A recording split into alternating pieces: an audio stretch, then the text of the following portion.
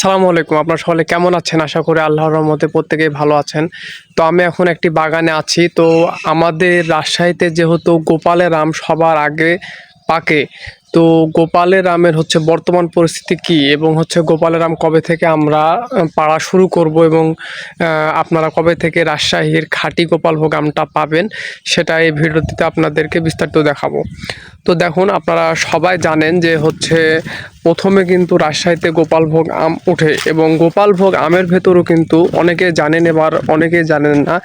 দুই রকম জাত আছে। দুই রকম জাতের মধ্যে একরকম আপনার দেশি গোপাল বা খুদি গোপাল বলে থাকি আমরা, এবং একরকম আপনার বোম্বাই গোপাল। বোম্বাই গোপালটা আপনার সাইজে অনেক বড় হয়, সাইজ অনেক বড় হয়, কিন্তু আমটা অতটা মিষ্টি না, একটু ভেজে টাইপের হয়, একটু পাইনসে টাইপের হয়।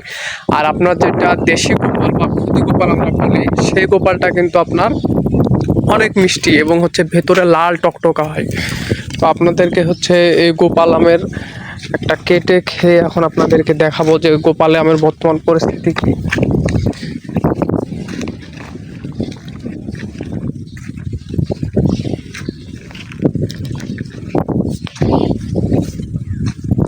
যে আমি গোপাল আম নামে ফেলেছি, গোপাল আম নামানো শেষ। তো এটা দেখেন, এই যে আঠা পড়ছে এবং ডাটা সহ নামাইছি। তো এখন আপনাদেরকে গোপাল আমটি কাটবো, কেটে দেখাবো যে গোপাল আমের বর্তমানে ভেতরে কি অবস্থা, কতদিন পরে এটা আমরা নামাবো সেটা আপনাদেরকে বলবো।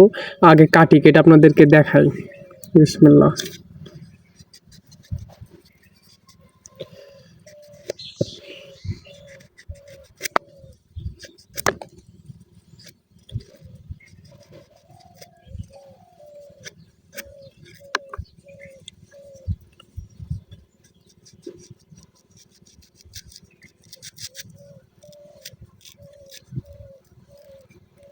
দেখেন, গোপাল আমের কিন্তু ভেতরে আঠি হওয়া শুরু হয়ে গেছে। যদি আপনাদেরকে দেখায় কেটে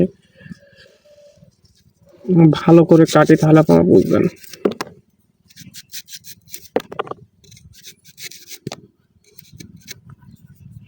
তো আপনারা ভিডিওটি দেখতে থাকুন।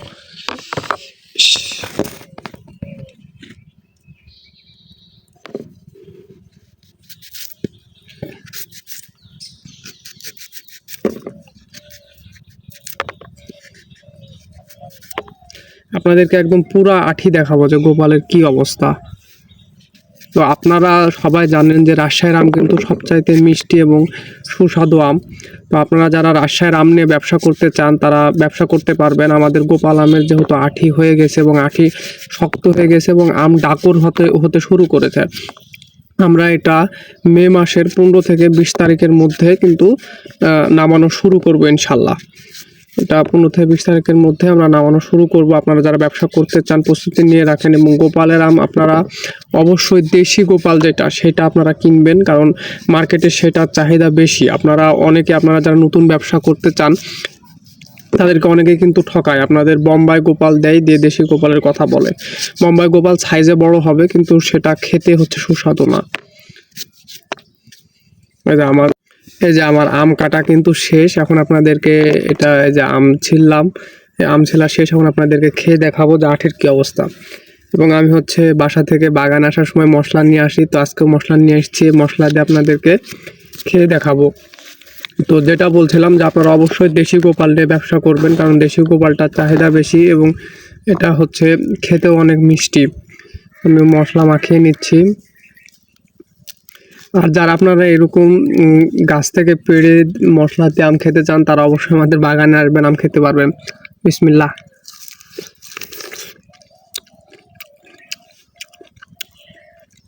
গোপালের আম একটু টক হয়।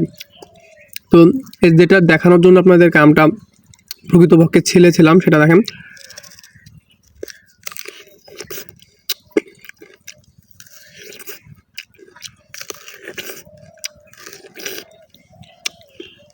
এই যে শক্ত আঠি হয়ে গেছে একদম।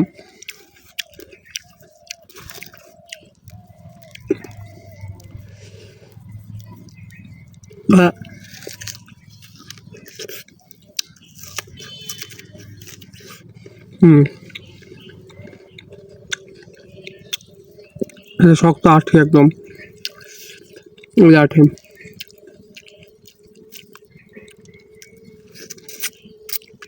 এই যে এই যে আঠের আঁশ দেখতে পাচ্ছেন, এই যে এটা হচ্ছে আঠের আঁশ।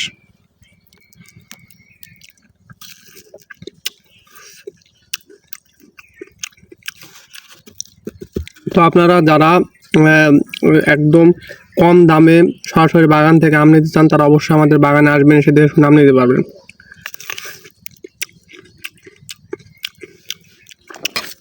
আপনাদেরকে আঠিটা দেখায় পুরোটাই।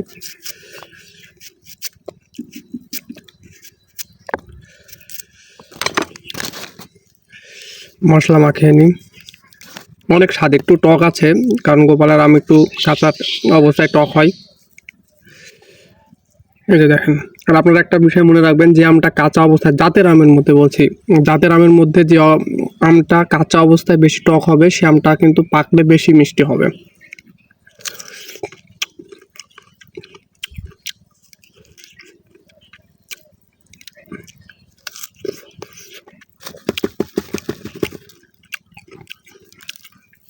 টক হলে কিন্তু স্বাদ আছে।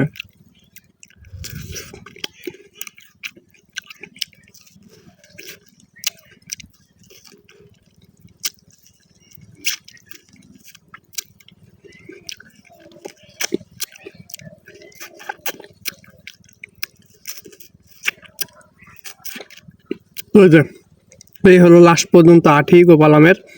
তো আপনারা যারা গোপাল আম কিনতে চান সবচাইতে কম দামে অবশ্যই চলে আসবেন। আমরা 15 তারিখের মধ্যে গোপাল আম নামানো শুরু করব ইনশাল্লাহ। তো এই যে আঠি গোপাল আমের। তো সবাই ভালো থাকবেন, সুস্থ থাকবেন এবং চ্যানেল নতুন হলে অবশ্যই চ্যানেলটি সাবস্ক্রাইব করে দিবেন এবং আমাদের বাগান ঘুরতে আসবেন, এসে যে কোনো আম আমরা বাগানে বসে থেকে পেড়ে মশলা দিয়ে খাবেন ইনশাল্লাহ। আসসালামু আলাইকুম।